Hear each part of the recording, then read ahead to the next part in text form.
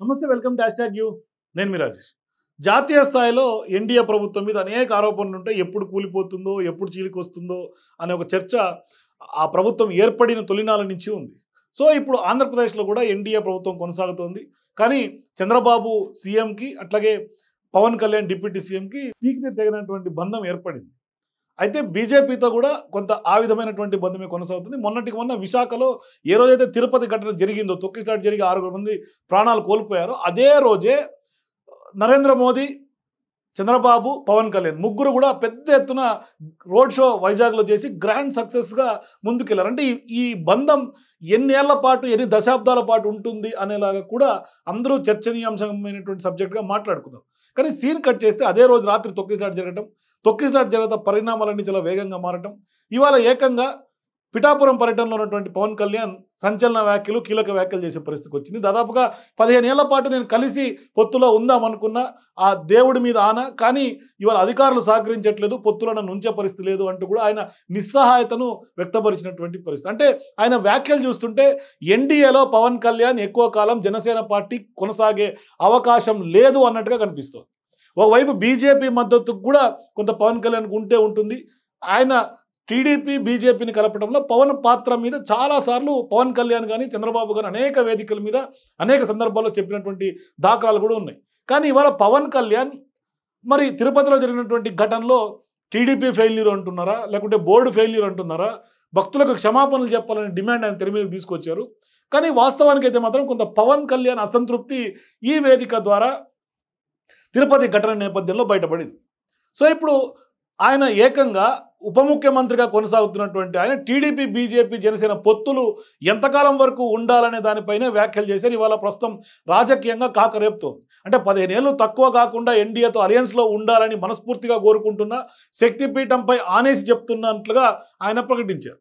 నేను పని చేయడానికి వచ్చాను, నేను ఒళ్ళు వంచి పని చేస్తాను, నా పనితీరు నచ్చితే వచ్చే ఎన్నికల్లో కూడా నన్నే ఎమ్మెల్యే గెలిపించండి, నా పనితీరు నచ్చకుంటే వదిలేయండి అంటూ కూడా పవన్ కళ్యాణ్ స్పష్టంగా, సూటిగా పిఠాపురం ప్రజలకు చెప్పారు. అంత నిక్కచ్చిగా ఉంటున్నారు పవన్ కళ్యాణ్. మరి ప్రజల కష్టాలు తెలుసు కాబట్టే తగ్గి మాట్లాడుతున్నారు పవన్ కళ్యాణ్. తాజాగా గురువారం రోజు తిరుపతిలో కూడా అలాగే మాట్లాడానన్నారు. తిరుమల తొక్కిసలాట ఘటన దురదృష్టకరం చెప్తూనే, సంక్రాంతి సందర్భంగా ఇలా జరగడం బాధేసింది, ఈ తప్పు అందరి వల్ల జరిగింది, దీనికి అందరూ బాధ్యతగా తీసుకోవాలి, దీనికి మంచి మనసు కావాలి, తప్పు జరిగింది కాబట్టి సనాతన ధర్మం పాటించే హిందువులందరినీ ఖచ్చితంగా క్షమాపణలు కోరానని ఆయన చెప్పారు. మరోవైపు టీటీడీ చైర్మన్గా ఉన్నటువంటి బీఆర్ నాయుడు, ఈవో శ్యామలరావు, అట్లాగే ఏఈఓ వెంకయ్య చౌదరి, అట్లాగే పాలక మండలి అంతా కూడా ప్రెస్ మీట్ పెట్టి ప్రజలను క్షమాపణలు కోరాలని ఆదేశించారు. అయితే క్షమాపణలు చెప్పి తీరాలి, వేరే దారి లేదన్నారు పవన్ కళ్యాణ్. మీరు క్షమాపణలు చెప్పడం వల్ల పోయినటువంటి ప్రాణాలు తిరిగి రావని, కానీ ప్రజలు మమ్మల్ని చూస్తూనే ఉన్నారు, దానిని గుర్తుపెట్టుకోండి, అందువల్ల మీరు క్షమాపణలు చెప్పడం చాలా అవసరం, నేను క్షమాపణలు చెప్పినప్పుడు మీరు సారీ చెప్పడానికి ఏంటి నామోషి, బాధ్యతగా తీసుకోవాలంటున్నారు పవన్ కళ్యాణ్. మీ వల్ల తప్పు జరగలేదంటే ఎలా, నేను మాత్రం దోషిగా నిలబడాలా, నేను క్షమాపణలు ఎందుకు చెప్పాలని ఇవాళ బీఆర్ నాయుడు ప్రశ్నించారు తొలుత. అయితే అధికారం నాకు అలంకారం కాదు, అధికారం నాకు బాధ్యత, లా అండ్ ఆర్డర్ ఎవరైనా సరే ఇష్టారాజ్యంగా చేస్తే ఖచ్చితంగా తొక్కి నారదీస్తా ఒకరొకరికి అని సినిమా స్టైల్లో పవన్ కళ్యాణ్ హెచ్చరించారు. సో, ఇప్పుడు లా అండ్ ఆర్డర్లో మా ఇష్టం అంటే కుదరదన్నారు. పిఠాపురంలో ఈవ్ టీజింగ్ పైన కూడా ఆయన విరుచుకుపడ్డారు. సో, ఇట్లా ఒక రకంగా ఒకానొక సందర్భంలో క్షమాపణలు చెప్పాలని ఆయన డిమాండ్ చేశాడు. తర్వాత ఎవరో మాట్లాడితే పోయినటువంటి ప్రాణాలు తిరిగి రావని బీఆర్ నాయుడు ఒకానొక సందర్భంలో ప్రెస్ మీట్లో మాట్లాడాడు. మరోవైపు ఆయన కొద్దిసేపు తర్వాత మళ్ళొకసారి ప్రెస్ మీట్లో ఆయన క్షమాపణలు కోరారు కూడా. బోర్డు తరఫున నేను క్షమాపణలు కోరుతున్నానని కోరాడు కూడా. అంటే పవన్ కళ్యాణ్ దెబ్బకు దిగొచ్చినట్టుగా స్పష్టంగా చెప్పుకోవచ్చు.